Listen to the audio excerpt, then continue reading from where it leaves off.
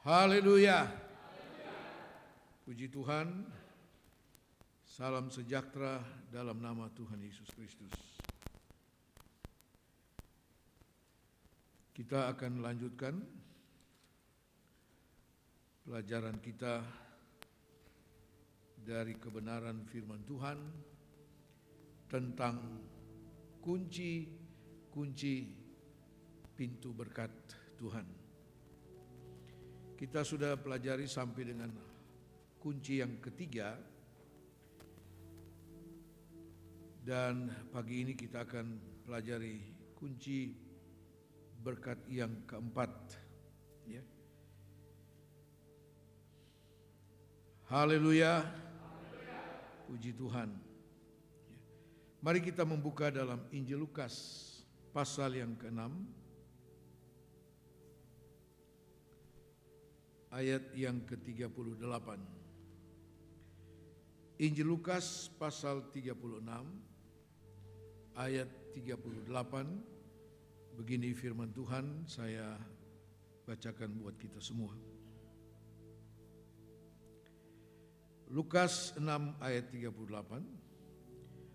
Berilah dan kamu akan diberi suatu takaran yang baik, yang dipadatkan, yang digoncang dan yang tumpah keluar akan dicurahkan ke dalam ribaanmu.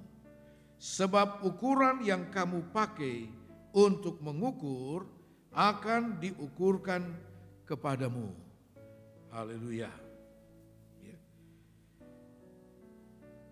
Kunci pintu berkat yang keempat kita baca di sini. Berilah, maka kamu akan.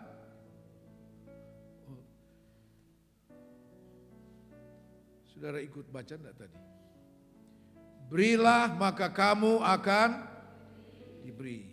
Itu kata firman Allah. Dan itu merupakan satu dari 5 kunci berkat. Nah, saudara-saudara sekalian,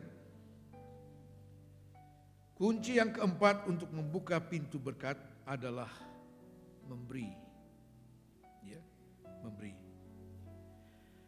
Ada 2 pengertian dan makna daripada memberi. Ya. Yaitu yang pertama dalam firman Tuhan, memberi dalam arti persembahan. Dalam bahasa Inggris disebut offering. Dan pengertian yang kedua, memberi dalam arti yang kedua adalah berkorban. Dalam bahasa Inggris disebut sacrifice. Ya.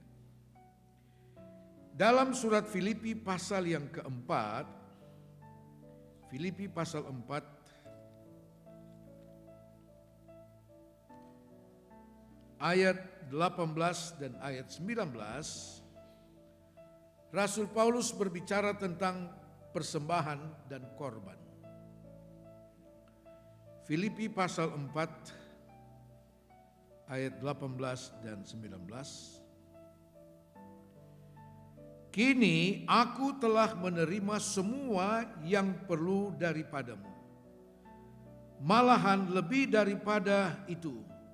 Aku berkelimpahan karena aku telah menerima kiriman dari Epafroditus, suatu persembahan yang harum, suatu korban yang disukai dan yang berkenan kepada Allah. Paulus berbicara tentang persembahan dan korban. Persembahan yang harum dan korban yang disukai dan yang berkenan kepada Allah.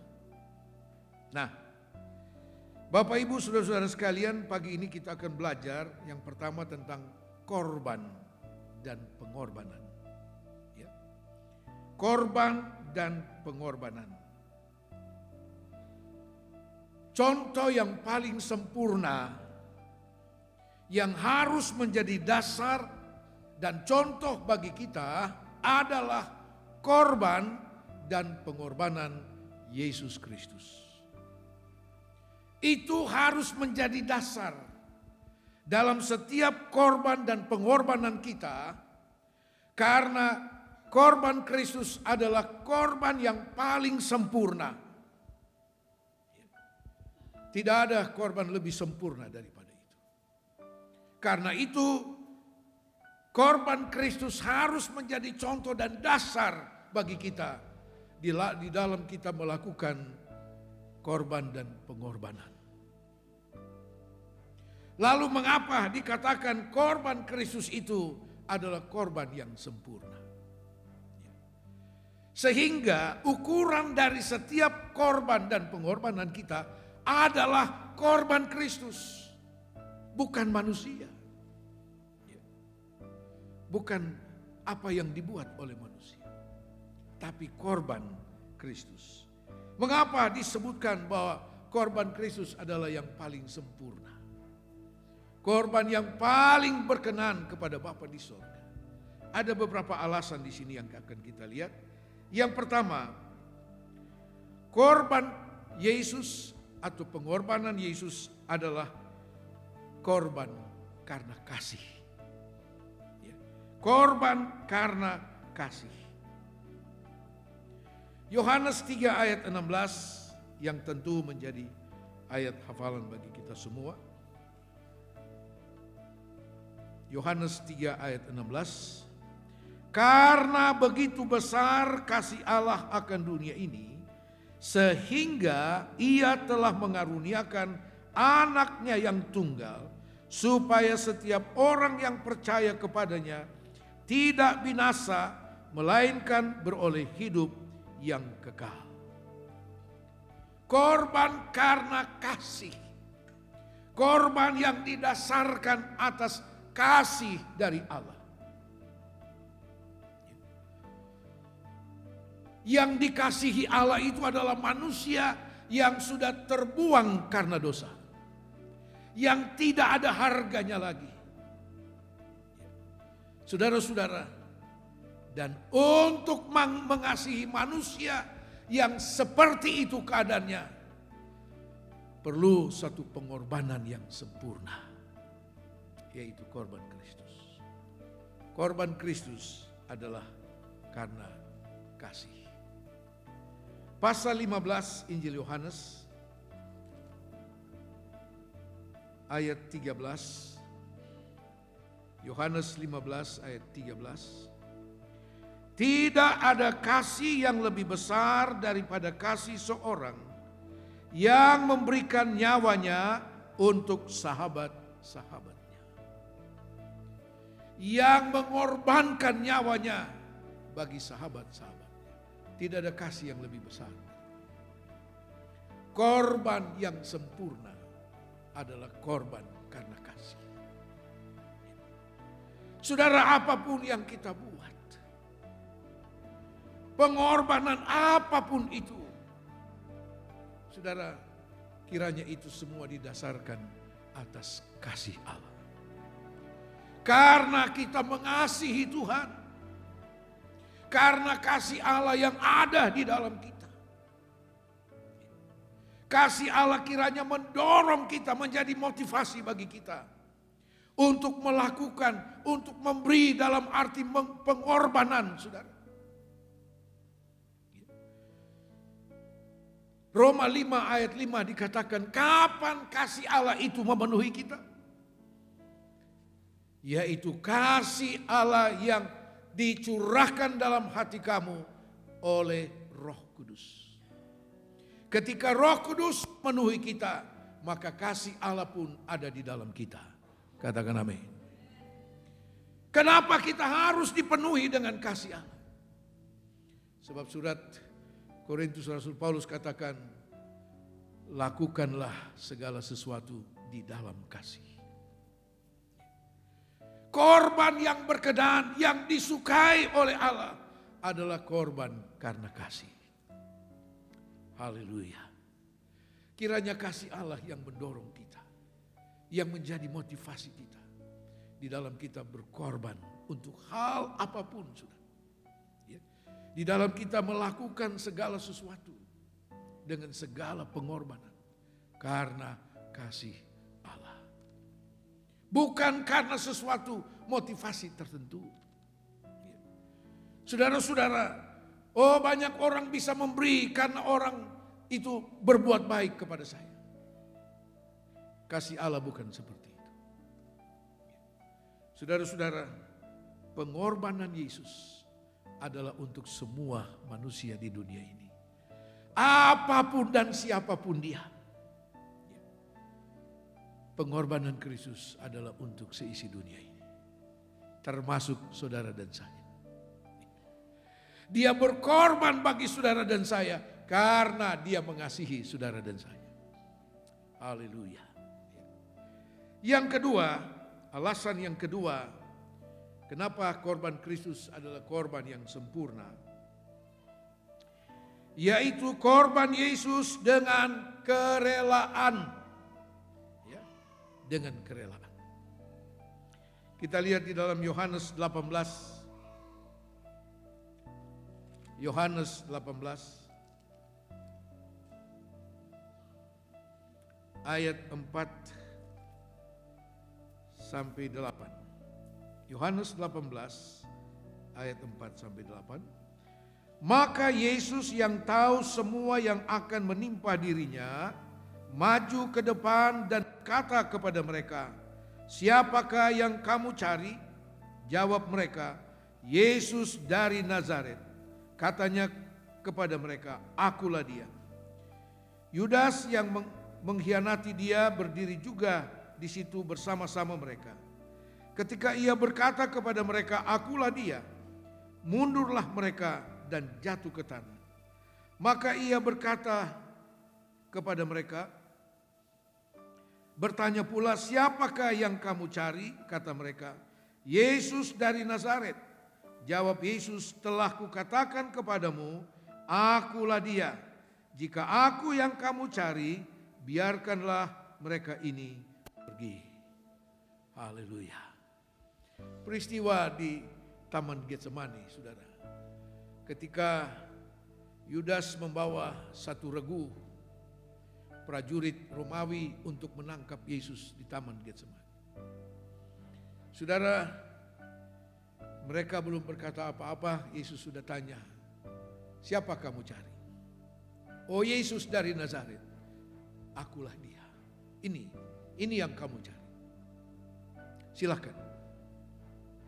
Tapi Alkitab katakan mereka jatuh ke tanah. Mereka kena shock. Lalu Yesus tanya lagi, "Sebenarnya yang kamu cari ini siapa?" Mereka bilang, "Ya Yesus dari Nazaret." Mereka memang tidak mengenal dia. Tapi Yesus katakan, "Akulah dia. Sudah kukatakan ini yang kamu cari. Kalau aku yang kamu cari, yang lain ini silahkan mereka pergi." Dia lalu memberi tangannya untuk diikat dan dibawa. Dia tidak membantah. Dia tidak berusaha menghindarkan diri dari tangkapan prajurit Romawi ini. Dia tidak berusaha sembunyi. Tidak. Karena dia telah mendahului peristiwa ini dengan doa sepanjang malam dan berkata, "Bapa, bukan kehendakku yang jadi, tapi kehendakmu lah yang jadi." Sehingga ada kerelaan memberi diri untuk menjadi korban. Untuk dikorbankan. Ada kerelaan. Dia menyerahkan diri untuk ditangkap. Tidak ada perlawanan, saudara. Tidak ada argumen, tidak ada perdebatan di sana, tidak ada. Bukan ketika menangkap itu yang ada di sana itu. Dihadang, dihalangi dan sebagainya. Saudara tahu itu. Omong besar. Mau ditangkap ciut juga rupanya. Yesus katakan, "Akulah dia. Yang lain silakan pergi." Artinya apa? korban Yesus ada kerelaan. Karena ada kerelaan hati. Kenapa ada kerelaan? Tadi saya sudah katakan, dia sudah mendahului peristiwa penangkapan itu dengan doa sepanjang malam dengan penuh penyerahan kepada kehendak Bapa. Secara manusia Yesus sempat berkata dalam doanya, Bapa kalau boleh lalukan sengsara ini daripada. Tetapi bukan kehendakku yang jadi, kehendakmu lah yang jadi. Saudara-saudara sekalian, setiap pengorbanan kita harus paham betul itu adalah kehendak Allah. Kehendak Allah, yaitu pengorbanan dengan segala kerelaan hati, bukan terpaksa, bukan karena si A, si B dan sebagainya, bukan, tapi dengan segala kerelaan, karena kita memahami akan kehendak Tuhan. Kenapa Yesus begitu rela memberi diri untuk ditangkap? Dia memahami kehendak dari Bapanya, bahwa itulah yang terbaik. Itu kehendak dari Allah. Kalau kita memahami kehendak Allah di dalam berkorban, saudara, bagi pekerjaan Tuhan. Kalau kita menyadari itu kehendak Allah, bukan kehendak gembala, bukan kehendak si A dan si B, bukan. Kehendak Allah, saudara. Saudara akan melakukannya dengan segala kerelaan hati. Katakan amin. Tanpa memperhitungkan apa kata si A dan apa kata si B. Tidak. Karena itu kehendak Allah. Ada kerelaan hati, saudara. Puji Tuhan. Yang ketiga, korban Kristus sempurna karena korban Yesus dengan ketulusan hati. Dengan segala ketulusan hati. Ya. Lukas 23. Lukas 23 ayat 34.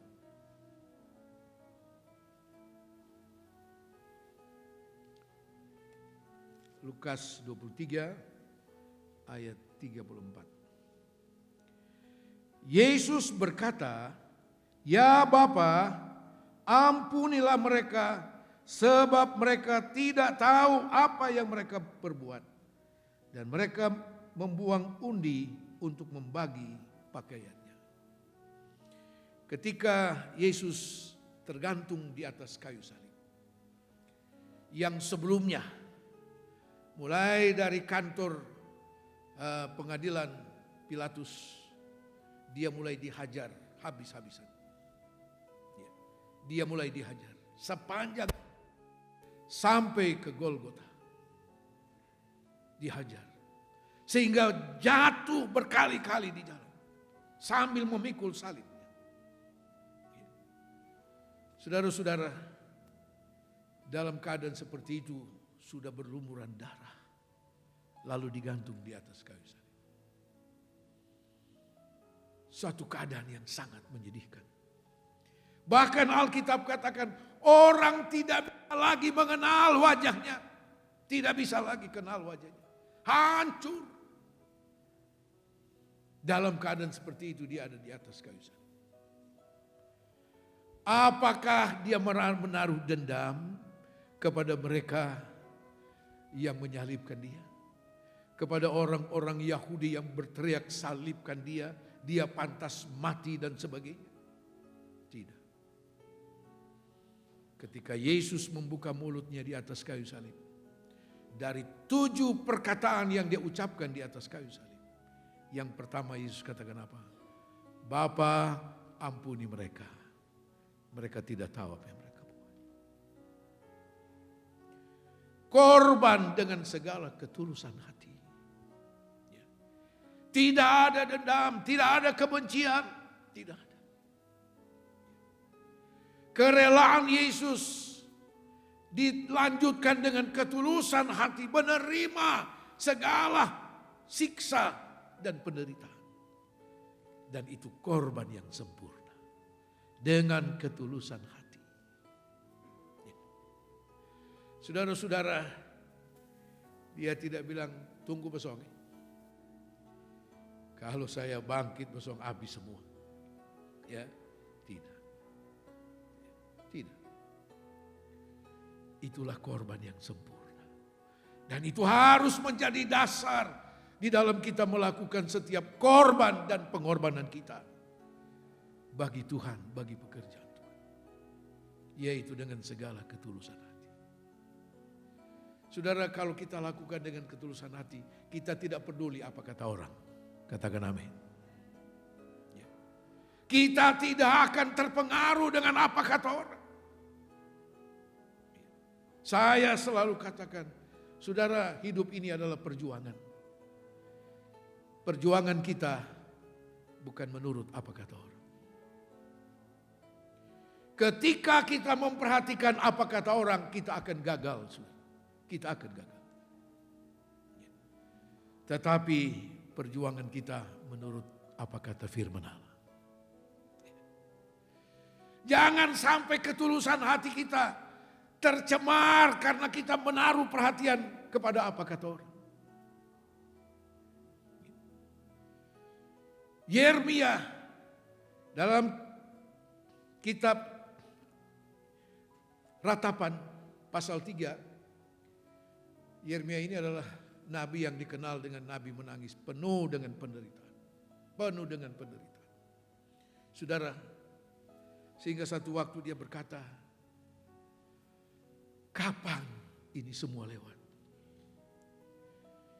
Jikalau aku memperhatikan, mengingat segala penderitaanku. Tapi kemudian dia berkata, tetapi ini yang aku mau perhatikan. Ini yang akan ku perhatikan.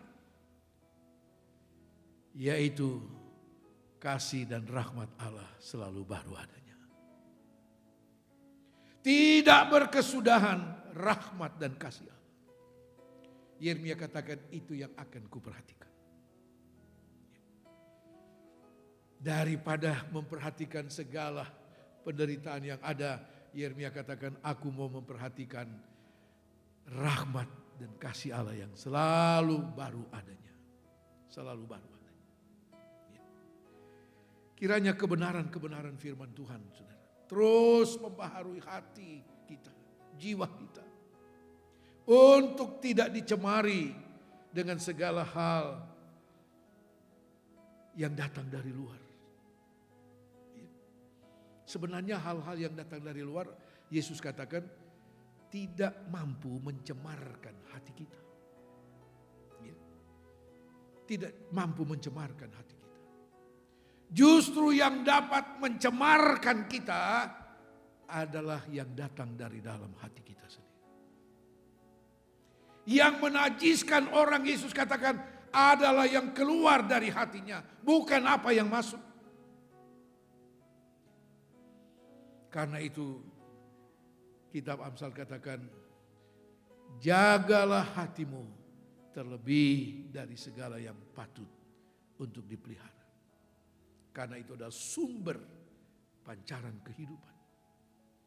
Saudara-saudara, Yesus dengan segala ketulusannya, pengorbanan dengan segala ketulusan. Ya. Sebab jangan sampai kita sesudah berkorban kita bilang, tahu begitu beta sudah kasih. Waduh. Saudara, coba tahu begitu, beta sudah mau. Ya. Percuma sah. Tidak pernah ada yang sia-sia, saudara. Ya. Tidak ada yang sia-sia. Apapun yang engkau lakukan dengan segala ketulusan hati, tidak ada yang sia-sia. 1 Korintus pasal 15.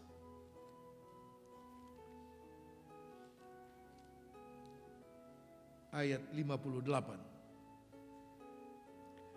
1 Korintus 15 ayat 58. Karena itu saudara-saudaraku yang kekasih, berdirilah teguh, jangan goyah, dan giatlah selalu dalam pekerjaan Tuhan, sebab kamu tahu bahwa dalam persekutuan dengan Tuhan jerih payahmu tidak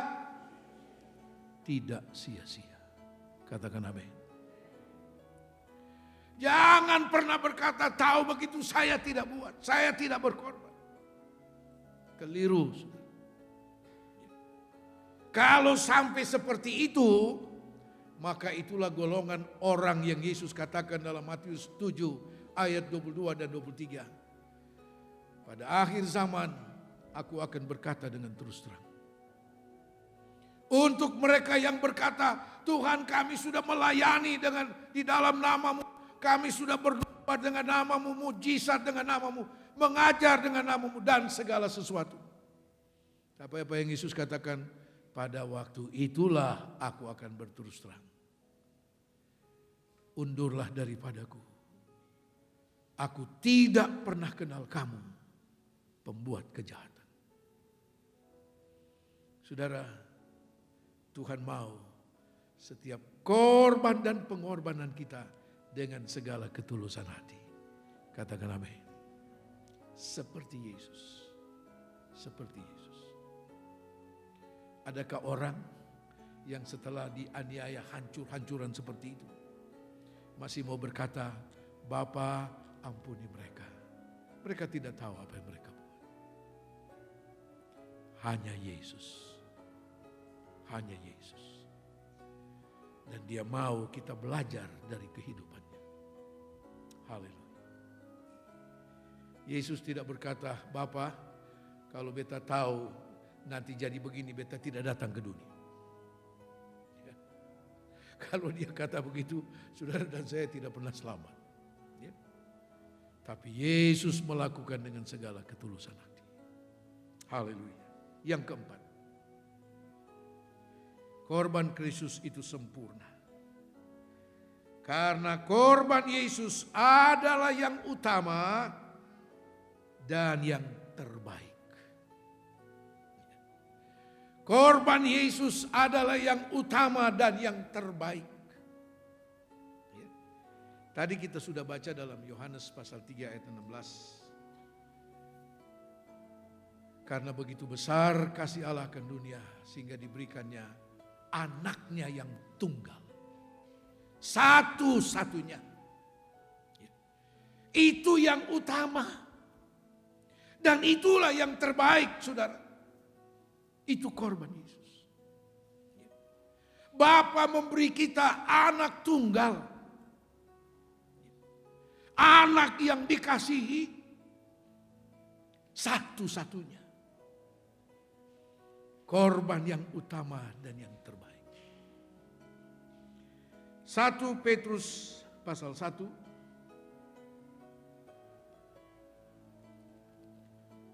Petrus pasal 1 ayat 18 dan 19. Sebab kamu tahu bahwa kamu telah ditebus dari cara hidupmu yang sia-sia yang kamu warisi dari nenek moyangmu itu, bukan dengan barang yang fana, bukan pula dengan perak atau emas, melainkan dengan darah yang mahal, yaitu darah Kristus yang sama seperti darah anak domba yang tak bernoda dan tak bercacat. Haleluya. Tidak ternilai harganya dengan apapun yang ada di dunia. Darah yang mahal. Bukan seperti emas atau perak. Tebusan bagi saudara dan saya. Korban yang diberikan untuk saudara dan saya. Bukan emas atau perak. Yang tentu ada nilainya tersendiri. Tetapi dengan darah yang tidak ternilai harganya. Darah yang mahal. Darah yang mulia. Pengorbanan Yesus adalah korban yang utama dan yang terbaik. Karena itu korban Kristus adalah korban yang sempurna. Korban yang disukai dan yang berkenan kepada Allah. Haleluya. Selama ini bagaimana korban dan pengorbanan kita? Adalah yang utama dan yang terbaik. Saudara, dari awal saya sudah katakan, korban Kristus harus menjadi contoh dan dasar dari setiap korban dan pengorbanan kita. Saudara, sebenarnya bukan berapa besar. Korban yang sempurna itu bukan diukur dari besarnya, tapi dari keempat hal tadi yang kita sudah pelajari. Karena kasih, dengan kerelaan, dengan ketulusan hati, saudara, dan dengan korban yang utama dan yang terbaik. Selama ini kita berkorban dari yang terbaik. Mari, saudara, kita belajar. Ini kunci untuk membuka pintu berkat Allah. Kita baca dalam ayat pokok tadi. Ukuran yang kamu pakai untuk mengukur pemberianmu, pengorbananmu, ukuran yang sama akan dipakai untuk mengembalikan apa yang engkau berikan. Ukuran yang engkau pakai dipadatkan, digoncang-goncang sampai tumpah keluar. Dengan ukuran yang sama, Tuhan akan kembalikan kepadamu. Selama ini saudara merasa yang dikasih Tuhan terlalu sedikit. Mari kita periksa kembali. Sejauh mana korban dan pengorbanan kita kepada Tuhan. Sebab dengan ukuran yang engkau pakai, itulah ukuran yang Tuhan akan pakai untuk mengembalikan apa yang engkau buat. Haleluya. Lakukan segala sesuatu, saudara, sesuai dengan firman Tuhan. Yang terutama dan yang terbaik. Bapa telah memberi untuk saudara dan saya yang terutama dan yang terbaik. Katakan amin. Karena itulah korban yang kita butuhkan dalam hidup ini. Bagi keselamatan kita. Tidak ada korban lain yang kita butuhkan. Yang dibutuhkan semua manusia adalah korban yang utama dan yang terbaik itu. Yaitu pribadi Yesus Kristus. Haleluya. Korban dengan segala kesungguhan. Surat Kolose pasal 3 ayat 23 dan 24 katakan. Apapun juga yang kamu perbuat, termasuk dalam hal korban dan pengorbanan, lakukanlah dengan segenap hati, dengan segala kesungguhan, seperti kepada Tuhan, bukan seperti kepada manusia. Karena dari Tuhanlah ada bagian upahmu. Katakan amin. Semua yang engkau buat tidak pernah menjadi sia-sia. Tuhan memperhitungkan semua. Dan Tuhan kembalikan tepat pada waktunya. Tepat pada waktunya. Tuhan tidak pernah terlambat. Tuhan tidak pernah terlalu cepat. Katakan amin. Tuhan Yesus memberkati. Mari kita semua bangkit berdiri. Haleluya.